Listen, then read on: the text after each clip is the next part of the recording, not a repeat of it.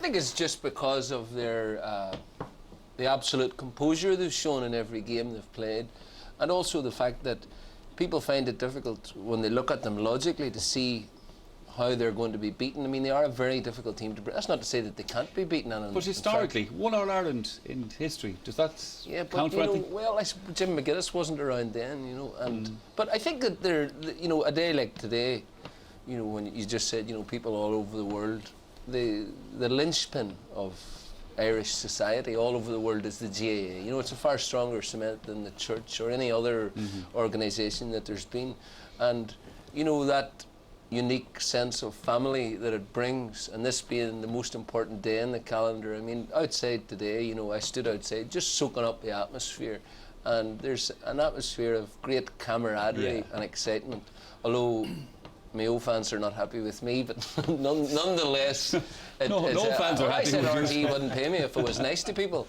and but it's a terrific day, and we must say hello to people all over the world. Absolutely. And it's a day to bask in the atmosphere. And with the height of respect, Pat, to your own county, Kerry, and other counties like that, it's fantastic to see counties like Mayo and Donegal, a unique pairing, first time ever in a lot of First of all, it was great that Dublin won last year because a million people based in Dublin, and they raised the profile of the GAA in the capital, and the Dublin players were fantastic ambassadors for the GAA over the last 12 months. But today is an extra special day because I think any sport thrives on new teams at the final, and to see two new counties here, one 61 years of a famine, the other 20 years, I think is absolutely fantastic. It's great for the GAA, it's great for the sport, it's great for the association. And remember, there are two counties that are two of the most peripheral counties in Ireland. There are two counties who've been ravaged by generations of immigration. There are two counties that the Celtic Tiger never really touched, and yet there's a resilience about them, there's good nature about them, and the GAA is the one bond that has always kept these two counties together and kept the pride in the county. So I'm looking forward to this. It's a great day, it's a great occasion. And your own county, Colm, of course, you were part of that team that broke those barren years as well. And today, from your point of view, is also special because you're part of the Meath Jubilee team. Yes, it's nice to be honoured. I think it's a lovely thing that the GAA does. We had a lunch earlier. We're going to be presented to the crowd after the minor game. I don't know what sort of reception we get. I hope people have. Things for two football counties like Mayo and Donegal. It's hard to believe, Joe, that Donegal have won one All-Ireland, and Mayo, of course, back to the early 50s since they won. Well, of course, when they're really dyed-in-the-wool Gaelic football counties, and Mayo, both big counties too, and particularly Mayo, huge football and population, and great traditions, and they've always sent out great footballers. I mean, John McEntee said to me during the week, he said the best football teams that we ever came up against during this great Cross-Maglen run of the last 20 years, he said the best teams we came up against were the Mayo teams. But they just weren't ruthless enough to finish it off. And the difference now, of course, is that, as James Horan said, and this is why the advent of someone like Horan was so important for Mayo, he says we must take the chance out of Gaelic football. You can't just go out any longer, play the game and see where it takes you. For example, like Cork, very, very good footballers, Kerry exactly the same. See those traditional style of managers like Mick O'Dwyer, they are so outdated now, it's not for real. I mean, this is a totally different scientific process, and it's the teams that have managers like Jim McGuinness and James Horan that are going to prosper in the future, and counties with the resources to back those managers and what it is that they need, because everything's put under the microscope, and I mean everything. Systems versus football? It's a fair point, but I mean, actually, what Dara mentioned there, 2 years ago, I mean, these two counties went out to the championship in the qualifiers on the same night. Mayo tamely to Longford, and Armagh hammering Donegal. A poor Armagh team. A poor Armagh team. Now, pretty much a lot of those same players are now back in an All-Ireland final. And the reason they're back in the All-Ireland final is, yes, the managers and yes, the systems and all that, but the big difference is now with the Mayo players and with the Donegal players. First of all, it's the power of the collective. They're a unit. There's no individuals there, there's no prima donnas, there's nothing. It's the power of the collective. But number two, it's belief, because this is what's different about the Donegal players and the Mayo players of this year. There's a belief in themselves, there's a belief in their players, in their teammates, and there's a belief in the managers and the managers' philosophy. And if you're looking for a omen, I was looking at it today in the paper, Mayo, the last time Mayo won the All-Ireland, they beat a team wearing green and gold, Meath. They won the All-Ireland on this date in 1951, September the 23rd.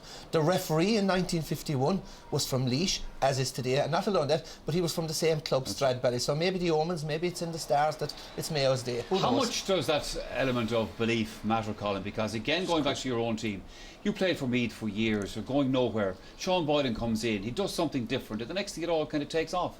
Yeah, well, I think that the manager is more important than any individual player, and I think Sean Boylan was more important to us than any player. And if you look back, I think, on Mayo and Donegal, in your traditional view, Mayo would be looked on as a bit soft, yes. and when you really put the gun to their head, they often failed. And the traditional view of Donegal, even over the last decade, would be wild men. And Jimmy McGuinness has come in and has sort of tamed Jimmy was them. one of them. Yes. In his day. I remember him wrestling with Declan Butter one night at an awards ceremony when Declan was the manager of the team. Yes, so you so have it's that a huge- traditional view. And sometimes And nice too- guys finished last. But sometimes too, I think the two McGees are a good example of it. They were wild in their younger, Yes, they'd be the yes. first to admit that. Now they've come to a time in life when they realise that the opportunities in football are quite limited. Time is running out and there's a different focus. So sometimes you need players to work through that themselves. You can't put an old head on young shoulders. Well, all that's one of the most enjoyable things about big championship occasions is watching the rival fans mingle and interact around the match venue. Plenty of banter, plenty of slagging. People, recognise me more, on my own as a player now than Martin McHugh's son. And it's something I had to deal with growing up, alright, but I've never felt pressure or anything like that. It was a privilege growing up, to be recognised as that. But it's just something that's changed now, probably in the last, number of months more than anything. And it's, it's something I'm enjoying at the minute. Slips one through, nice ball in. Powers Mark McHugh. Will he take his point? Yes, he will. It's not fair, but people do judge you. But the interesting one now is that people are asking, at the start it was, are you going to be as good as your father? Now they're saying to me that your son's actually a better player than you. So you do make it yourself, and he has established himself, and you have, it's hard, not an easy thing to do. Picked up here by James McHugh. Nicely inside to Martin McHugh. They dovetail very nicely indeed. Wanting to make an impact in this Donegal's first final, and what an impact they're making. Myself, I definitely have a wee bit of extra help at home when Dad's here, and even James, when they're about, they give you that wee bit more help, and they've been there, they've done it, and whatever leading up to the All-Ireland final, they can, a bit of advice they can give me, I'm probably going to take it. The build-up is different. You're out in the field a lot earlier. You have to meet the president and all that. There's a lot of that stuff, and all of a sudden you're out there. It's different to semi-finals out there. They get going quickly, but the final is different. You're out very early in the field, and it's really about enjoying it. And I think these fellas will enjoy it. And when the ball's thrown in, be ready to switch on. The Donegal fans on their feet, enjoying the moment, savouring every second of this. His last few weeks have been immense, and they've been such a hype about the county. And it's everybody wants to be chatting about football, and it's great for the county. It gives a wee bit of a lift with the recessionary times we're running. Whistle, and it's over, and Donegal has won the All-Ireland final. He was born in 1990, and the cup came home in '92. He's 2 years of age, and we probably sat in the cup at that stage, and I suppose it's from our point of view, it's a great story, Win or lose the final, it's a great story, the fact that, two of us were playing that time, and now we end up with, there's still a connection. As I said, once you cross the line, it's going to be 50-50. It's going to be two very, very hungry teams who haven't saw the Sam Maguire coming down to their county in a long time, and it's going to be 15 big battles out there, and whoever wins more battles probably going to end up winning the game. These are the things we dream about in Donegal, and we've been in one. This is only our second final in the history of the GAA, 128 years. So listen, this is what it's about, and there's no bunch of players that deserve it more than this bunch of players for the work that they've put into it and the way they've focused and the kind of lads they are. They've a word for everybody. So hopefully, please God, it works out. Dad's a great man for the stats, isn't he? He comes up with all these stats. I thought when you looked at Donegal that they just kicked the ball out, but it became very obvious from Paul Durkin in the game against Cork that they had obviously worked both on short and long kickouts, and they got a lot of good possession. The one thing that surprised me greatly in the semi-final, something I did not see coming, was that Neely Gallagher would dominate so much in the air. To me, Neely Gallagher at times looked, quite a limited player in the semi-final, and I think he forced me to change my mind. He really dominated the air against Alan O'Connor that day, which was a fair achievement in itself. And Paul Durcan is not afraid to take chances, kick the ball short, and once Donegal get possession in their own backline, then they're almost impossible to dispossess. But in terms of a fielding exhibition in the semi-final, we haven't seen anything as good as what Neely Gallagher did in that particular game, and you can see as well as that he set up scores as well. So whatever chance Mayo have two very big men, Aidan O'Shea and Barry Moore, and it's very difficult to see that they're going to be beaten in the air. So maybe Paul Durcan will again go back to the short kick-outs that he used so effectively against Cork. Some of those clips that we saw there, Pat, give the lie to the fact that the high fielding aspect has gone out of Gaelic football. No, in actual fact, it's one of the highlights of this year's championship has been the display, the centre field displays. I mean, by Aidan O'Shea the last day, Barry Morton was tremendous. I mean, there was a statistic from the Mayo's championship match against Leitrim. Barry Morton. We find you here in what's called the Donegal House in St Jones's Road, just outside Croke Park. What brings you here? I got ambushed. I was on the way to the game, and about 40 Donegal fans invited me in. So I'm here as a guest of the GAA. We're doing a little bit of charity work, with, trying to coincide with Celtic, and it brings back a lot of happy memories from my childhood coming here. So I'm really looking forward to the day. Are you going to be cheering for Donegal today? Well, I mean, it's a very close game to call. I think both managers and coaches have done fantastically well. I bumped into Jim. Jim was at one of our European games not so long ago, so I'll probably have a soft spot for Donegal today. Was he asking you anything about the way Celtic train or anything like that? Yeah, he came up and he had a look at our facilities, and we just chewed the fat over, both our individual rules at what he does and what I do. And it was a great couple of hours. He's a very intelligent guy and very insightful on all sports really. So he came across very impressively. So what way do you think it's going today? You obviously think it's going to be tight, but do you think they will just nip it? Well, I've been very impressed with Donegal. I've not seen enough of Mayo, but to beat Dublin in the semi-final, takes a great mental strength, and obviously they're a very difficult side to beat. So, it's all on the day. Championship football is, as you know, I mean, it's very close to call, and I think the first 15-20 minutes will be vital in the game. Yeah, Glasgow Celtic manager Neil Lennon there. Now we continue our build-up to this year's senior final. For 2006, I was in Hill 16. And the game was over after 10 minutes, as a contest. Does it really have a bearing on the next day? I don't think so. For us, it's game 5. It's about making sure that we perform to the best of our ability, and if we do that, the game will go well for us, both my parents are originally from Cantork in County Cork. So when I came up to Mayo, I was getting kind of joked about having a Cork accent. I go back to Cork and I get joked for having a Mayo accent, so it was a no-win situation. But all my friends are from Mayo.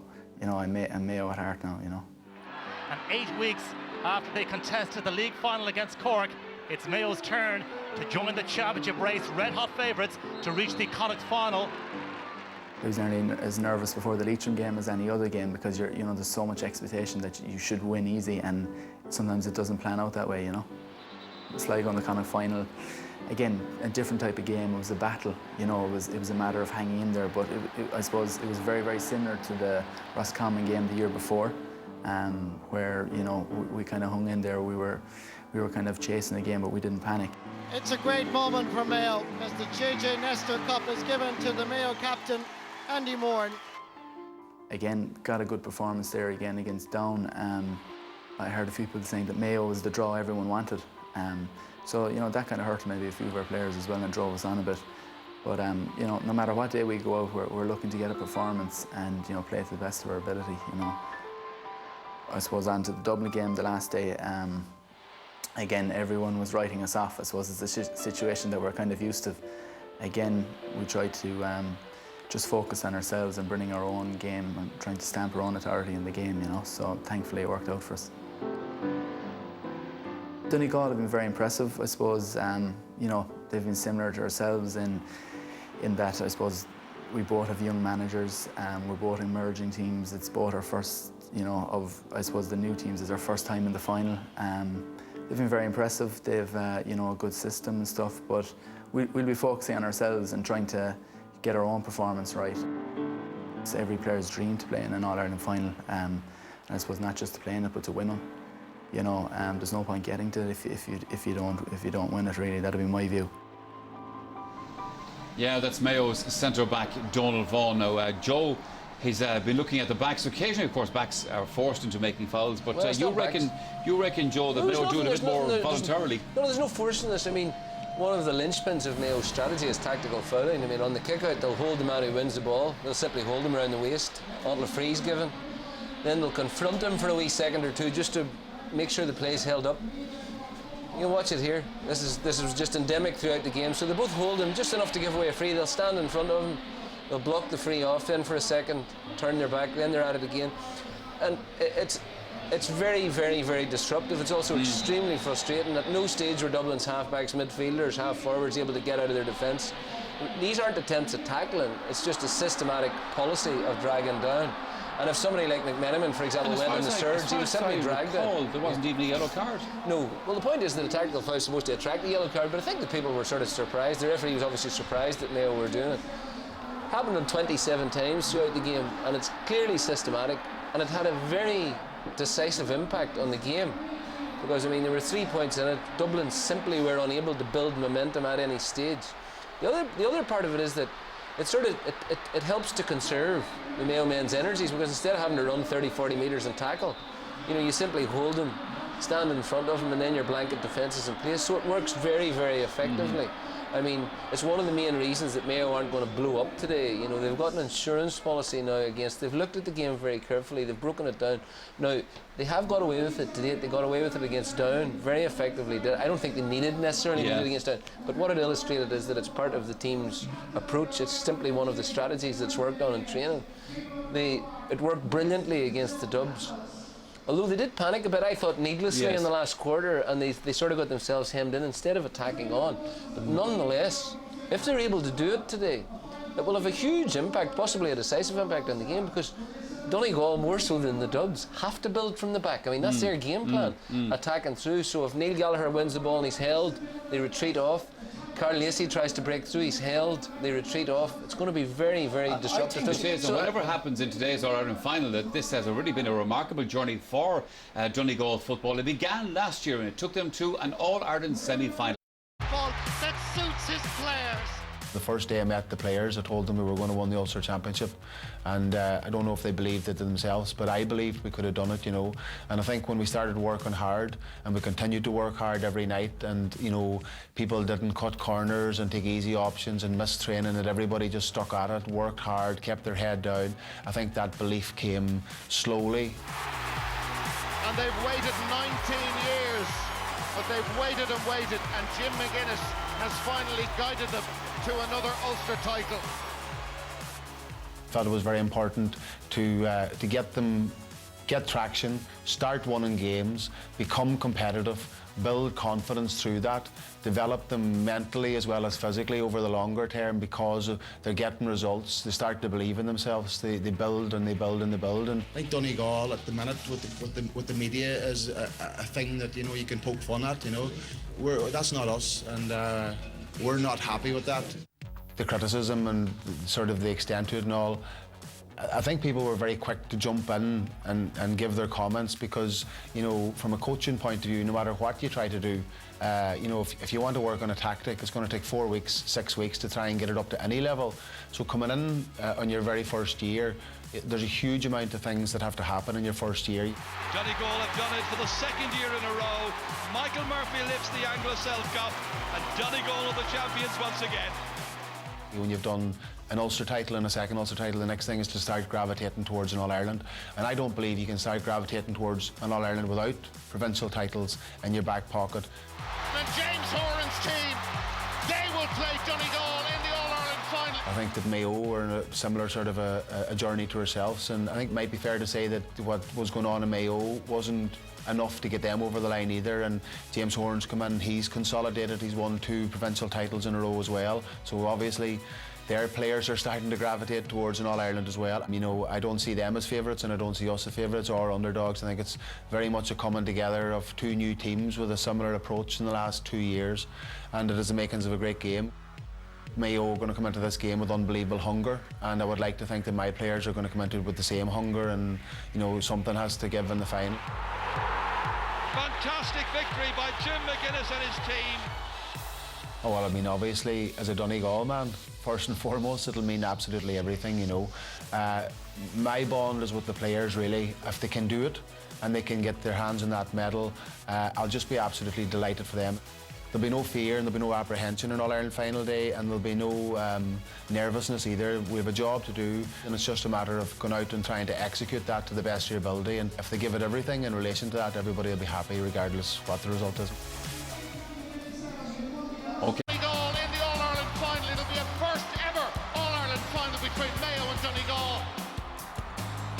You know, there's something different about this team, the way we play. The commitment and the real drive that these guys have. You know, we came from 2010 where things weren't great, and we progressed and developed really, really well. And this team is charting its own course. So we're just looking forward to see and maximising what we can do and seeing where that takes us. Back towards Horan, who's been kicking very well so far, and he has kicked another beauty. There's nothing like playing. There's really nothing like playing. But managing is the next best, I would say. Just being involved with the players, seeing how they prepare, seeing the commitment that they give, and seeing people playing at the top end of their sport and the top end of their range, there's a huge kick out of that. You obviously learn from the past, and I've been involved in a few All-Ireland finals, as is Jimmy Nallen, that's part of the backroom team. He's been involved in 4, so there's a lot of experiences that you know, you can choose to use it whichever way you want. You can choose to ignore it or choose to use it as a learning and an education, and that's what we're doing. So some of the things, you know, in match build-up and even the way that you prepare the week before a game, we'll be using from Jimmy's knowledge, and hopefully it'll help us be better prepared than before, and you know, that we get the performance that we think we can give. And there's a Mayo player injured on the far side of the field. It's Andy Moran. There he turned. Is it the knee? It is the knee, is it? Anything to do with a knee, and straight away there is concern. Of course, when you see Andy going down against Down, when you saw the hand going up, of course your heart jumps a little bit. But by the way, even by the time the subs had come on, we had moved on. You know, we've been probably the heaviest scoring team in the country in the championship so far per game. So look, we've got a few little things that we do that we're comfortable that if we play like we can, that we'll score enough. You know, Donegal have been mightily impressive all year. You know, we've seen a number of their games. They've played a lot more of them than us, so they've been improving as well, and they're playing quite well up there. So, but you know, we're looking forward to the challenge and that they present, and just seeing what we can do. I suppose what we need to do is play as well as we can, and see where that takes us. You know, against Dublin, we played well in parts. We made a lot of unforced turnovers. Our skill set wasn't what it needs to be as regards some of the hand passing and kick passing. So we're just looking to improve the basics and fundamentals of our game and just get better and better in every single game we play. So we'd be confident that if we can play like we can, we'll go very close. Yeah, that's the Mayo manager, James Horan, and I suppose Pat Spillane. In as much as this is a fascinating challenge between two counties and two teams, it's also that between the two managers. Well, yeah, because as Joe alluded to earlier on, it's about modern young managers nowadays. That's where the game has evolved, and these are two of the best, there's no doubt about it. And like I said, they took over two counties who were not quite on their knees, but certainly two counties which the future wasn't particularly bright. But what they did was they set out their philosophy, and the players have bought into that philosophy in terms of commitment, in terms of... Now, I suppose in a way they're slightly different. I think Horan is more... Horan's game plan around Mayo is more about the principles of the game. So when you lose possession, everyone becomes a defender. When you know, and maybe a lot of their attacking play is a bit more off the cuff. Donegal are more micromanaged because nothing is left to you know, everything is analysed, everything is rehearsed, everything is practiced in detail, and you can see that in Donegal. This is what probably one of the dangers in Donegal, in the sense that because it's so much micromanagement or whatever, if something did go wrong and say they fell behind by 4 or 5 points, you just wonder, have the leadership, can they read and adapt? But there's no doubt about it, what these two players have done to their these two managers have done to their respective counties has been absolutely phenomenal. And like they've got 30 guys who have parked, in particularly Donegal for 2 years, that Jimmy McGuinness has got 30 lads who have parked their life for the last 2 years and they've given their complete commitment and sacrifices to the cause of Donegal football. That's remarkable. Joe? Well, you know, they're like two choreographers, you know, and that's what you've got to be nowadays. Players give you a honeymoon period. There's a honeymoon period for the manager when he comes in. They'll put their shoulder to the wheel. They'll do whatever is required. They'll train 14 times a week if they see it working and if they believe in it. Manager creates the platform. I think they're both equally micromanaged. It's just that Donegal are a bit further down the road. Right, yeah. Mayo don't leave anything to chance any longer. And so there's going to be a fascinating clash between the two managers as well today. There surely is. OK, we're headed for a break here on the programme, but... Gaelic football, Anthony Finnerty and Anthony Malloy. Anthony, if I can start about Mayo. There seems to be a calmness in the county. I'm sure there's nobody at home, but there is a quiet expectation, isn't there? Yeah, there's a quiet expectation this time round. Very, very, very little hype. Okay, we had a great clamour for tickets, but I think it's all about the match, it's all about the team, and we've kept the hype very much down this year. Anthony Malloy, winning captain 20 years ago, the buzz around Donegal has just been fantastic, hasn't it? It's been unbelievable, Mark, you know, and I think it started, you know, the day we beat Cork here, you know, way back, and total carnival altogether up there, and the pre-match hype has been unreal, like, and it's great for me this time around because, you know, I witnessed nothing like this, you know, 20 years ago because we were sort of sheltered from that. Yeah. Anthony, as the weeks went by, okay, Donegal started as hot favourites, but there's a growing confidence that maybe Mayo can win this All-Ireland. There's a bit of a confidence going nationwide. Yeah, I like the look of this Mayo team. I think they're well organised. They play a lovely brand of football, and to me, they look very, very comfortable in Croke Park. They're scoring well, they're moving the ball very, very well, and I give us a right chance here today. Anthony, from your point of view, will there be a change of tactics from Donegal? Will Mark McHugh still be rambling around picking up the loose breaking ball? No, I don't think so, Marty. I think, you know, Jim McGuinness will stick to the same game plan that he has stuck with all year, and you know, I know that we're going into the match as hot favourites and all that, and I don't think that'll affect us one way or another. He's coming here, he's going to have the exact same game plan, the same system, and it's going to be the same thing today, Marty. From the two Anthonys, from Donegal, from Mayo, we look forward to hearing your thoughts at half-time. Thank you indeed for joining us. Marty. It's back to Michael. Marty, thanks very much. As we said earlier on in the programme, people watching this transmission today all around the globe. Just want to say a quick hello to Kevin Sheridan, who was originally from Tullyduff in Kilmaine in County Mayo. He hit Kevin Foley and Kevin had to be stretchered off the field. And I mean, it was delightful to reminisce about events like that, you know. I mean, and you can't ask Kevin Foley because he doesn't remember anything about it. No. It was probably one of the great pities in life, as some Kerry supporters might say, that Liam Harlan didn't run into you. But anyway, you were able to insult all the Kerry before, and then you've managed to insult Mick O'Dwyer earlier. Joe, this is a great occasion, obviously, for all the players and the Mayo team and so forth. We just saw a shot of one man hopping across the field. And you have to remember, of course, that for others, there's a heartbreak attached as well. Of course, that's it. It's a bit like the Pied Piper of Hamelin, you know, where the boy on the crutches gets left behind, and it's terribly heartbreaking for Andy Moran, who has been an excellent footballer for Mayo, and he's an excellent lad with a great attitude and all of that. So really very, very, very heartbreaking for him. But of course, it would be a great consolation if the lads could pull it out of the bag for him. Yeah. And here, of course, are Donegal, and of course there's a huge reception from their supporters as well.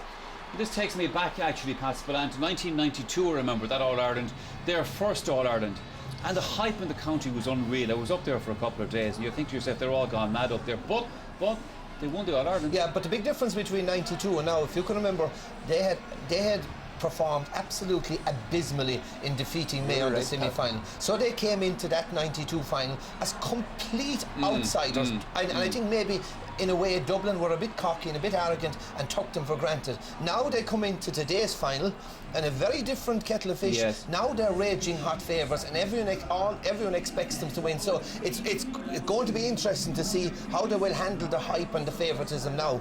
But there's certainly a level of fanaticism abroad in Donegal that there isn't in Mayo, and because of course Mayo have had too many sad days, but for Donegal to come here, the players, they're playing all the other games, the expectation levels, well maybe we should win, you know, it's 50-50.